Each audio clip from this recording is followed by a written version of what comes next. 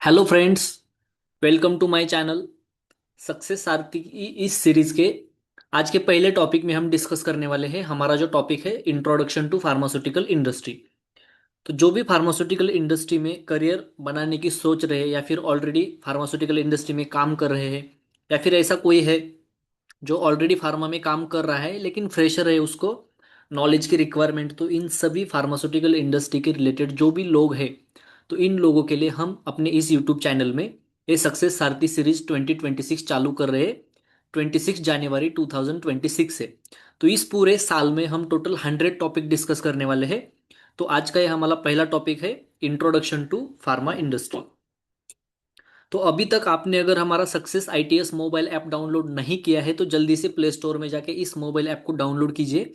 Pharmaceutical industry के जो different different sections होते हैं, production, packing, quality control, quality assurance, engineering, good documentation practices, good manufacturing practices, validation, qualifications, तो इन सभी department के रिलेटेड, सभी सेक्शन के रिलेटेड हमारे इस ऐप में जो बेसिक ट्रेनिंग होती है वो ट्रेनिंग को यहाँ पे अवेलेबल करके दिया है। तो आप भी अगर फार्मा में काम करते हैं या फिर फार्मा में करियर बनाने की सोच रहे हैं या फिर फार्मा में काम कर रहे हैं लेकिन अपनी जो नॉलेज है उस नॉलेज को इम्प्रूव करना चाहते हैं, अपने स्किल्स को बढ़ाना चाहते हैं, तो जल्दी से इस ऐप को डाउनलोड करके अपनी जो लर्निंग है अभी स्टार्ट कीजिए। इस ऐप में बहुत सारे फीचर्स दिए गए हैं। रिकॉर्डेड वीडियोस है। रिकॉर्डेड वीडियोस आप ऑफलाइन डाउनलोड करके रख सकते हो। ऑफलाइन डाउनलोड करने के बाद जितना भी कोर्स का वो वैलिडिटी रहेगा उस पर्टिकुलर वैलिडिटी के टाइम तक आप इस वीडियोस को देख सकते हो। वीडियोस के साथ रीडिंग मटेरियल आपको वहां पे दिया गया है वीडियोस के साथ। तो अगर कोई चीज़ आपको वीडियो में समझ नहीं आ रही है तो आप स्टडी मटेरियल पढ़ के आप उसकी अंडरस्टैंडिंग कंप्लीट कर सकते हो, या फिर अंडरस्टैंडिंग करके भी आपको समझ में नहीं आ रहा है तो हमारे इस सक्सेस आईटीएस ऐप में एक चार्ट का फीचर दिया गया है। तो अगर वीडियो देख के एंड रीडिंग करके भी आपको कोई टॉपिक समझ में नहीं आ रहा है तो आप हमारी टीम को डायरेक्ट मैसेज कर सकते हैं। वहाँ पे आपके जो भी डाउट्स है वो क्लियर कर दिए जाएंगे।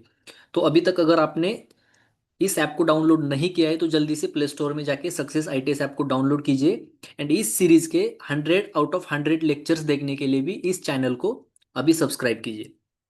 तो चलिए हमारे मेन टॉपिक पे आते हैं, introduction to the pharma industry. तो सबसे पहले हम फार्मा इंडस्ट्री का डेफिनेशन देखें कि फार्मा इंडस्ट्री का मतलब होता क्या है। तो देखिए यहाँ पे हम क्या करेंगे, इस सीरीज में जो भी प्रेजेंटेशन में यहाँ पे स्लाइड के ऊपर कंटेंट आपको दिख रहा है, सबसे पहले मैं इस कंटेंट को रीड करूंगा एंड बाद में मैं इसको एक्सप्लेन करूंगा, ताकि जब आप कहीं पे भी इंटरव्यू देने के लिए जाएंगे या फिर कोई किसी को कुछ चीज़ एक्सप्लेन करने के लिए ट्राई करोगे तो यहाँ पे जो कीवर्ड्स दिए गए इन कीवर्ड्स आपको अंडरस्टैंड होनी चाहिए। कीवर्ड्स आपके कान के ऊपर पड़ने चाहिए जब आप वीडियो को देख रहे हो। डायरेक्टली अगर मैं एक्सप्लेन करूंगा तो ये जो कीवर्ड्स है ये कीवर्ड मिस होने के चांसेस होते हैं। तो अगर हम पहले कंटेंट पढ़ेंगे एंड फिर उसको अच्छे से एक्सप्लेन करेंगे तो ये जो कीवर्ड्स जब आप सुनोगे वीडियो देखने के टाइम पे तो बाद में किसी को अगर आपको एक्सप्लेन करना है या फिर इंटरव्यू के टाइम पे इन डिफरेंट डिफरेंट कीवर्ड्स को यूज करके आप अपने जो सिलेक्शन के चांसेस है उसको बढ़ा सकते हैं। तो चलिए शुरू करते हैं। What is the pharmaceutical industry. तो pharmaceutical industry is the sector that researches, develops, manufactures, test and supplies the medicine to prevent, treat और मैनेज द डिसीजेस। तो फार्मास्यूटिकल इंडस्ट्री एक ऐसा सेक्टर है जो मेडिसिन को रिसर्च करता है, उसको डेवलप करता है, उसको डेवलप करने के बाद मैन्युफैक्चर करता है, मैन्युफैक्चरिंग के बाद उसको टेस्ट करता है, टेस्टिंग के बाद उसको सप्लाई करता है। किस लिए? डिसीज को प्रिवेंट करने के लिए, ट्रीट करने के लिए एंड मैनेज करने के लिए। तो ये होता है फार्मास्यूटिकल इंडस्ट्री का मीनिंग। इन सिंपल वर्ड्स में अगर हम देखेंगे तो pharma industry makes safe and effective medicine for the patient. तो जो भी पेशेंट्स होते हैं इन सभी पेशेंट के लिए सेफ एंड इफेक्टिव मेडिसिन बनाने का काम होता है फार्मास्यूटिकल इंडस्ट्री का। Pharma is one of the most important industry because medicine directly impact human life, so it must follow strict quality, safety and legal rules. तो ये जो फार्मास्यूटिकल इंडस्ट्री होती है बहुत इंपॉर्टेंट इंडस्ट्री होती है, क्योंकि ये जो लोगों की हेल्थ होती है इस लोगों से डायरेक्ट, उन लोगों की हेल्थ से डायरेक्टली जुड़ी हुई होती है। इसलिए इंडस्ट्री में जो भी प्रोसेसेस हम फॉलो करते हैं, जो भी एक्टिविटीज हम परफॉर्म करते हैं, जो भी डॉक्यूमेंटेशन हम यहाँ पे परफॉर्म करते हैं, तो इन सभी में हमको क्वालिटी मेंटेन करनी पड़ती है, सेफ्टी मेंटेन करनी पड़ती है एंड जो लीगल रूल्स होते हैं, डिफरेंट डिफरेंट रेगुलेटरी बॉडीज की जो गाइडलाइंस होती है उनको फॉलो करके सभी काम हमको इस फार्मास्यूटिकल इंडस्ट्री में करना होता है। नेक्स्ट हम डिस्कस करेंगे why pharma industry is important. Pharma industry इतनी इंपॉर्टेंट क्यों होती है? तो यहाँ पे फार्मास्यूटिकल इंडस्ट्री सोसाइटी को किस तरह से हेल्प करती है, इसलिए उसका इंपॉर्टेंस इतना माना गया है। तो डिसीज को ट्रीट करने के लिए फार्मास्यूटिकल इंडस्ट्री का बहुत ही इंपॉर्टेंट रोल होता है, क्योंकि एंटीबायोटिक्स, इंसुलिन, कैंसर के मेडिसिन, तो ये डिफरेंट डिफरेंट मेडिसिन पेशेंट को फार्मास्यूटिकल इंडस्ट्री मैन्युफैक्चर करके सप्लाई करती है। इलनेस को प्रिवेंट करने के लिए वैक्सीनेशन, जिसको हम बोल सकते हैं, improving quality of the life, life की जो क्वालिटी है उसको इंप्रूव करने के लिए pharmaceutical industry different different medicine बनाती है, जैसे कि पेन किलर्स या फिर ब्लड प्रेशर की मेडिसिन होती है। इंक्रीजिंग लाइफ एक्सेप्टेंसी, जो लाइफ की एक्सपेक्टेंसी होती है उसको इंक्रीज किया जा सकता है अगर सीरियस डिसीज को हम प्रॉपर मेडिसिन के साथ कंट्रोल करते हैं तो। And supporting hospitals, doctors and health systems, तो जो भी हॉस्पिटल्स होते हैं, जो भी डॉक्टर्स होते हैं, एंड पूरी कंट्री की नहीं तो पूरी वर्ल्ड की जो हेल्थ सिस्टम है उसको एक फार्मास्यूटिकल इंडस्ट्री अच्छा सा सपोर्ट प्रोवाइड करके सोसाइटी के लिए बहुत ही इंपॉर्टेंट रोल प्ले करती है। एंड फार्मास्यूटिकल इंडस्ट्री इन सभी के साथ एम्प्लॉयमेंट क्रिएट करती है, इकोनॉमी में अपना कंट्रीब्यूशन देती है, एंड रिसर्च एंड इनोवेशन में भी अपना रोल प्ले करती है। तो इसलिए फार्मास्यूटिकल इंडस्ट्री को बहुत ही इंपॉर्टेंट इंडस्ट्री माना गया है। नेक्स्ट हम देखेंगे व्हाट आर द फार्मास्यूटिकल्स। तो फार्मा इंडस्ट्री के बारे में भी हमने डिस्कस किया, फार्मा इंडस्ट्री का इंपॉर्टेंस हमने देखा। तो अभी हम देखेंगे कि फार्मास्यूटिकल्स का मतलब क्या होता है, what is actually mean by pharmaceuticals. तो pharmaceuticals are the medicinal products made to diagnose, cure, treat और प्रिवेंट द डिसीज। तो फार्मास्यूटिकल्स का मतलब होता है जो मेडिसिन होते हैं, जो डिफरेंट डिफरेंट ड्रग प्रोडक्ट्स होते हैं, तो उनको ही फार्मास्यूटिकल्स कहते हैं, जो हम डिसीज को डायग्नोज करने के लिए, क्यूअर करने के लिए, ट्रीट करने के लिए या फिर प्रिवेंट करने के लिए यूज करते हैं।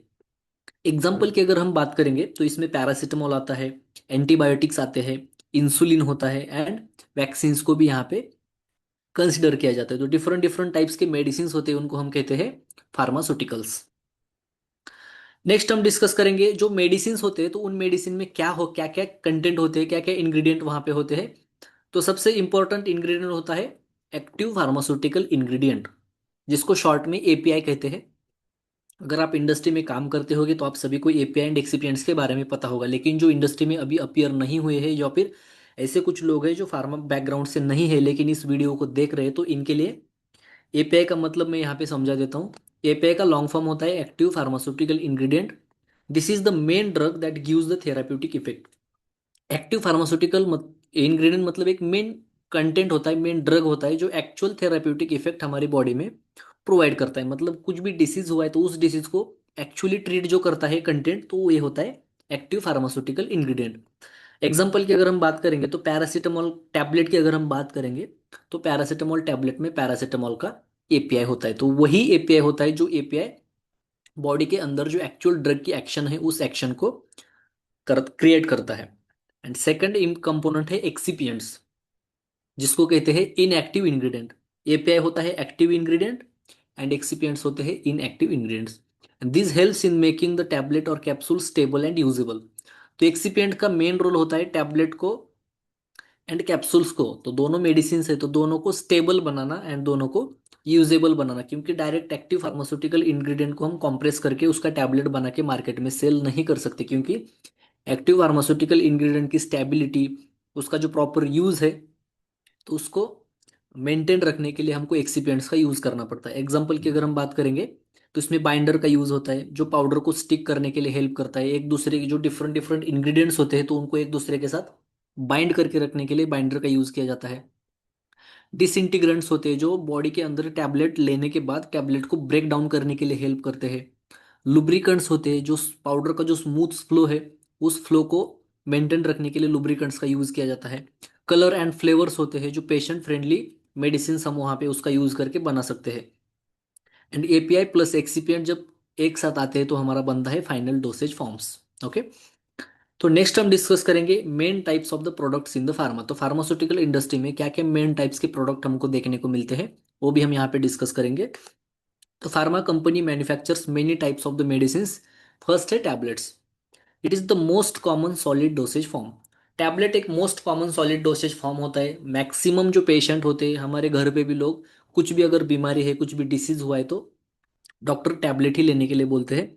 एग्जाम्पल की अगर हम बात करेंगे तो paracetamol tablet. Second dosage form है कैप्सूल्स। पाउडर और pellets filled inside the capsule shell, capsule की जो शेल होती है उस शेल के अंदर पाउडर या फिर पैलेट्स को फिल किया जाता है।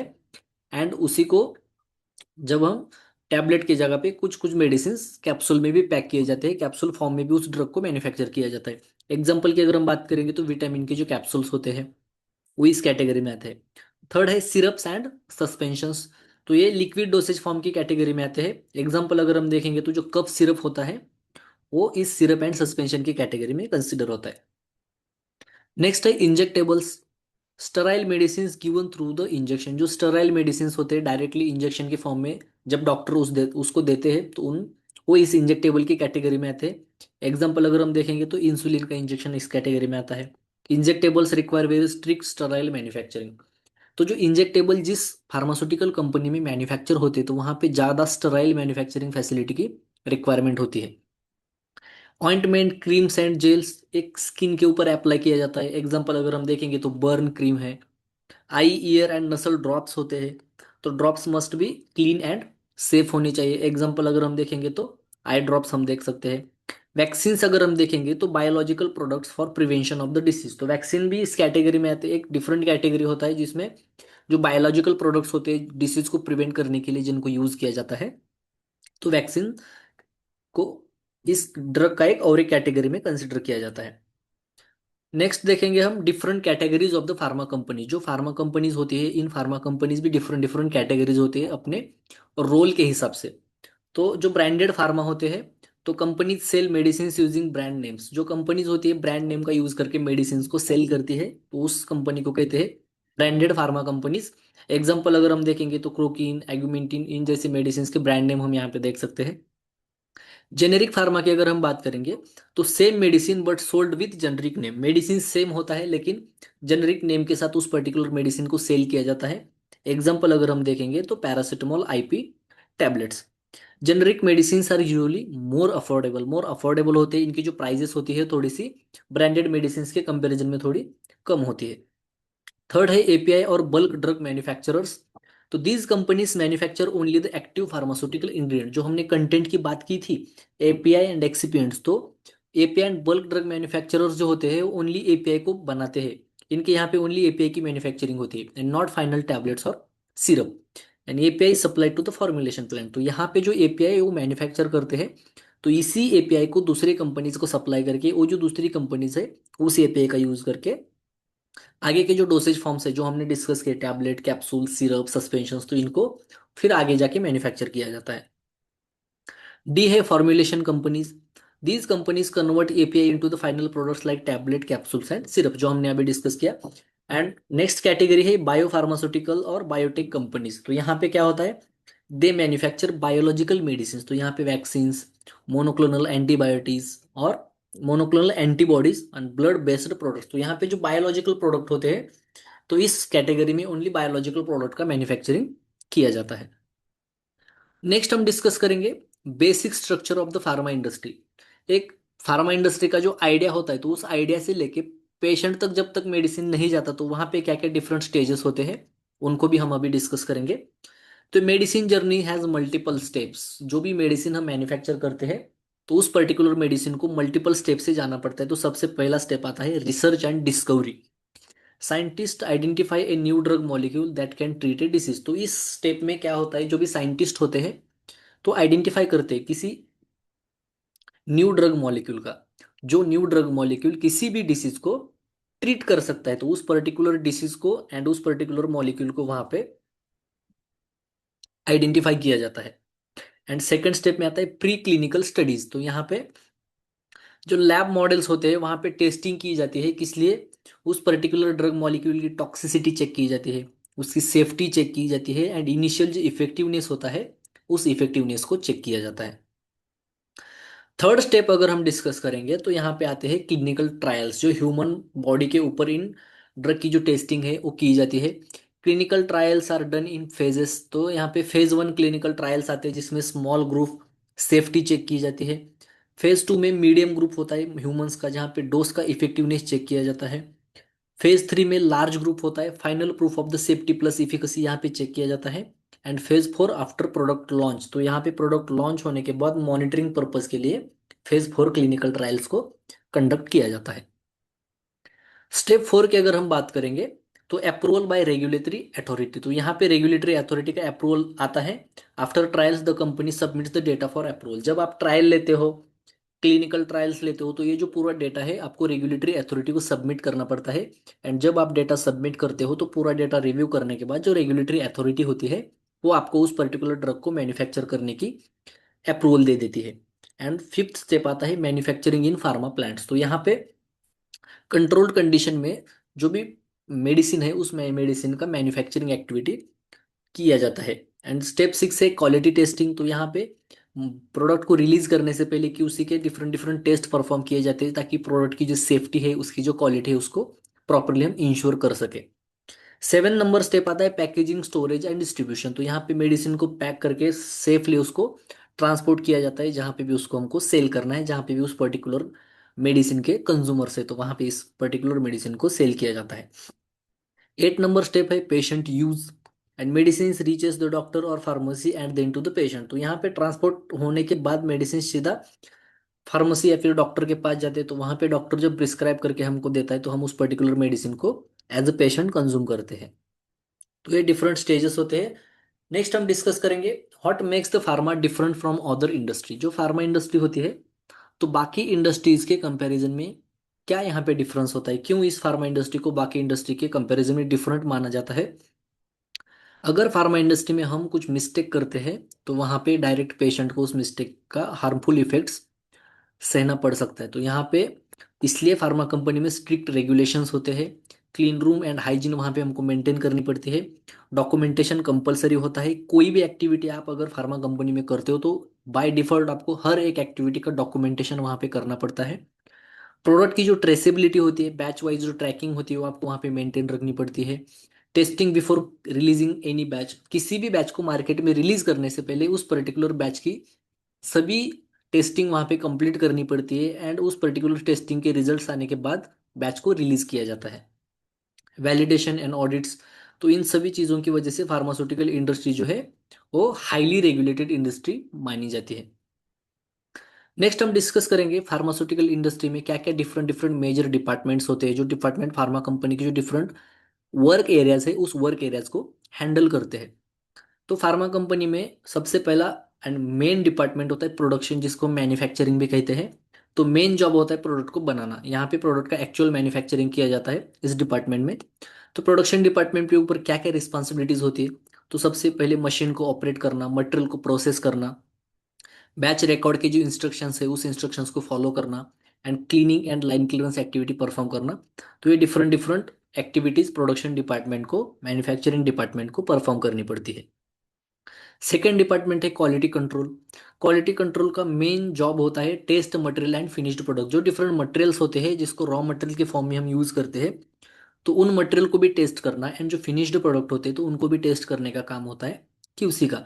तो QC में रॉ मटेरियल की testing, in process testing, finished product की टेस्टिंग एंड स्टेबिलिटी की testing, different different testing activity perform करने का जॉब होता है क्वालिटी कंट्रोल डिपार्टमेंट का। नेक्स्ट डिपार्टमेंट आता है क्वालिटी एश्योरेंस। तो क्वालिटी एश्योरेंस का मेन जॉब होता है ensure quality system plus compliance. Quality system and compliance को वर्क प्लेस पे इंश्योर करने का काम होता है।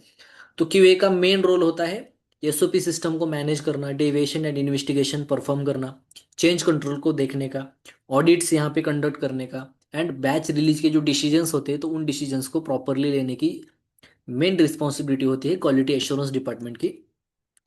QA is like the quality police of the pharma. तो जैसे ही हमारी कंट्री में रूल्स एंड रेगुलेशंस को बनाए रखने के लिए पुलिस फोर्स होती है, तैसे वैसे ही सेम फार्मास्यूटिकल इंडस्ट्री में SOP को प्रॉपरली फॉलो किया जा रहा है कि नहीं, क्वालिटी सिस्टम एंड कॉम्प्लायंस को ईच एंड एवरी स्टेप में इंश्योर करने के लिए जो क्वालिटी एश्योरेंस टीम होती है बहुत ही इंपॉर्टेंट रोल प्ले करते हैं, इसलिए इनको क्वालिटी के पुलिस भी कहा जाता है। नेक्स्ट डिपार्टमेंट आता है वेयर हाउस, जिसको स्टोर डिपार्टमेंट भी कहते हैं। जिसका मेन जॉब होता है store and issue material properly. जो भी मटेरियल कंपनी में है तो उस पर्टिकुलर मटेरियल्स को प्रॉपरली स्टोर करके रखना एंड जहाँ पे भी रिक्वायरमेंट है तो प्रॉपरली उस मटेरियल को इश्यूएंस करना, ये मेन जिम्मेदारी होती है वेयर हाउस डिपार्टमेंट की। तो एक्टिविटीज क्या क्या परफॉर्म करनी पड़ती है, मटेरियल को रिसीव करना, सैम्पलिंग के साथ कोऑर्डिनेशन करना। जब मटेरियल रिसीव होता है तो उस मटेरियल की सैम्पलिंग करनी पड़ती है, उसकी एनालिसिस करनी पड़ती है एंड रिजल्ट्स आने के बाद ही हम उस पर्टिकुलर मटेरियल को मैन्युफैक्चरिंग में यूज कर सकते हैं। तो यहाँ पे सैम्पलिंग एक्टिविटी के टाइम कोऑर्डिनेशन करने की रिस्पॉन्सिबिलिटी होती है। Storage at controlled room temperature, जो भी मटेरियल वेयर हाउस में अवेलेबल है तो सभी मटेरियल को कंट्रोल्ड रूम टेम्परेचर पे, कंट्रोल्ड ह्यूमिडिटी जहाँ पे है वहाँ पे आपको स्टोर करना पड़ता है। एंड स्टॉक कंट्रोल करना पड़ता है through first in first out या फिर फर्स्ट एक्सपायरी फर्स्ट आउट। ये जो टर्म्स है इनके ऊपर हम सेपरेट आगे वीडियो बनाएंगे। तो यहाँ पे बस आप इतना ही याद रखो कि फर्स्ट इन फर्स्ट आउट का मतलब होता है जो मटेरियल कंपनी में पहले इशू हुआ है, तो उस जो कंपनी में मटेरियल पहले आया है उस मटेरियल को पहले कंपनी से यूज करने के लिए इशू करना है। And first expiry first out का मतलब होता है जो मटेरियल जल्दी एक्सपायर होने वाला है वो मटेरियल को सबसे पहले इशू करना है, सबसे पहले आउट करना है। नेक्स्ट डिपार्टमेंट है इंजीनियरिंग एंड मेंटेनेंस। तो इसका मेन जॉब होता है मशीन यूटिलिटी एंड फैसिलिटी का मेंटेनेंस देखने की जिम्मेदारी होती है इंजीनियरिंग एंड मेंटेनेंस डिपार्टमेंट की। यहाँ पे प्रिवेंटिव मेंटेनेंस परफॉर्म करना पड़ता है, ब्रेक डाउन मेंटेनेंस परफॉर्म करना पड़ता है, एंड कैलिब्रेशन के साथ जो कोऑर्डिनेशन होता है, जो भी डिफरेंट डिफरेंट इंस्ट्रूमेंट्स होते हैं, मशीन के सेंसर्स होते हैं, तो उनकी जो कैलिब्रेशन हमको करनी पड़ती है, तो वहाँ पे कैलिब्रेशन टीम के साथ कोऑर्डिनेशन करने की रिस्पॉन्सिबिलिटी भी इंजीनियरिंग एंड मेंटेनेंस डिपार्टमेंट की होती है। नेक्स्ट डिपार्टमेंट है R&D, जिसको रिसर्च एंड डेवलपमेंट कहते हैं। तो इसका मेन जॉब होता है develop new products and process, new नए नए प्रोडक्ट्स को डिस्कवर करना, डेवलप करना, नए नए प्रोसेस को डेवलप करना। यहाँ पे R&D न्यू फॉर्मुलेशंस को क्रिएट करती है, मैन्युफैक्चरिंग प्रोसेस को इम्प्रूव करती है एंड स्केल अप के लिए सपोर्ट करती है। तो ये डिफरेंट डिफरेंट जिम्मेदारी होती है रिसर्च एंड डेवलपमेंट डिपार्टमेंट की। नेक्स्ट डिपार्टमेंट है रेगुलेटरी अफेयर्स। तो इसका मेन जॉब होता है get approvals and handle legal submissions. तो डिफरेंट प्रोडक्ट्स के लिए अप्रूवल लेना एंड जो लीगल जो भी एक्टिविटीज होती है तो उस लीगल एक्टिविटीज को हैंडल करने की जिम्मेदारी रेगुलेटरी अफेयर्स डिपार्टमेंट की होती है, जिसको शॉर्ट में RA भी कहते हैं। तो RA prepares the document for product registration, product को रजिस्ट्रेशन करने के लिए डॉक्यूमेंट को प्रिपेयर करता है, मार्केट के अप्रूवल्स को देखता है and compliance to the regulation. इन सभी चीज़ों को देखने की रिस्पॉन्सिबिलिटी होती है रेगुलेटरी अफेयर्स की। नेक्स्ट डिपार्टमेंट है EHS, जिसको इन्वायरमेंट हेल्थ एंड सेफ्टी कहते हैं। जिसका मेन जॉब होता है वर्क प्लेस में सेफ्टी एंड पूरे वर्क प्लेस में सेफ वर्क कल्चर को इंश्योर करना। इसमें पर्सनल प्रोटेक्टिव इक्विपमेंट की ट्रेनिंग देनी होती है, केमिकल की सेफ्टी इंश्योर करनी होती है, फायर की सेफ्टी एंड इंसिडेंट की जो रिपोर्टिंग होती है, तो इन सभी चीज़ों को इंश्योर करने का काम होता है EHS डिपार्टमेंट का। नेक्स्ट है क्वालिटी कल्चर। क्वालिटी कल्चर एक बहुत ही इंपॉर्टेंट टर्म होता है जिसको क्वालिटी इज एवरीवंस रिस्पॉन्सिबिलिटी भी हम कह सकते हैं। तो इन pharma quality is not only QA और QC जॉब। जो फार्मास्यूटिकल कंपनी होती है तो क्वालिटी के बारे में सोचना सिर्फ QA एंड QC की रिस्पॉन्सिबिलिटी नहीं होती है। तो production must follow procedure correctly, जो भी प्रोडक्शन में काम कर रहे हैं उनको भी स्ट्रिक्टली एंड करेक्टली प्रोसीजर को फॉलो करना होता है। QC मस्ट टेस्ट एक्यूरेटली, जो QC डिपार्टमेंट होता है तो जो QC में डिफरेंट डिफरेंट टेस्ट होते हैं, डिफरेंट डिफरेंट एनालिसिस होते हैं, तो वो भी उनको प्रॉपरली एक्यूरेटली परफॉर्म करने होते हैं। Warehouse must store properly, warehouse में जो मटेरियल रखा हुआ है वो भी प्रॉपरली स्टोरेड कंडीशन में होना चाहिए। Engineering must maintain the equipment, engineering का भी जॉब होता है कि प्रॉपर सभी इक्विपमेंट को प्रॉपरली मेंटेन रखना। And QA must ensure compliance, and QA का रोल होता है सभी जगह पे कॉम्प्लायंस को इंश्योर करना, because the result affect the patient life. कुछ भी अगर आप यहाँ पे गलती करोगे मेडिसिन में तो डायरेक्टली जो पेशेंट उस पर्टिकुलर मेडिसिन को लेने वाला है उसके लाइफ के साथ कुछ ना कुछ अफेक्ट वहां पे हो जाएगा। इसलिए compliance each and every stage में इंश्योर होना बहुत जरूरी होता है। इसलिए सभी डिपार्टमेंट की जो अपनी अपनी रिस्पॉन्सिबिलिटीज होती है उनको स्ट्रिक्टली फॉलो करनी पड़ती है। तो वीडियो अगर आपको अच्छा लगा है तो वीडियो को लाइक कीजिए, शेयर कीजिए एंड चैनल को जल्दी से जल्दी सब्सक्राइब कीजिए ताकि आगे जो आने वाली 99 वीडियोस है ये वीडियो आप मिस ना कर पाओ। एंड सबसे ज़रूरी बात, अभी तक आपने अगर success ITS mobile app download नहीं किया है तो जल्दी से प्ले स्टोर में जाके उस ऐप को डाउनलोड करके जो अपनी लर्निंग है उस लर्निंग को अभी स्टार्ट कीजिए। मिलते हैं हमारे चैनल के अगले वीडियो में।